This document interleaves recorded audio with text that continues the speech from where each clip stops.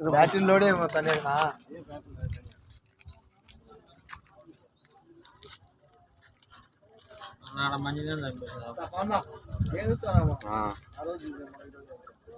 వద్దు ఇది కానీ జరిగింది నైట్ బ్యాటరీలు ఉన్నాయా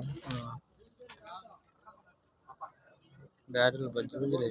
ఏమైందా ఏమి ఉండదు అంత దూరం పోయింది చూడు ఎంత దూరం పోయింది కొట్టాడు కార్ని కొట్టాడు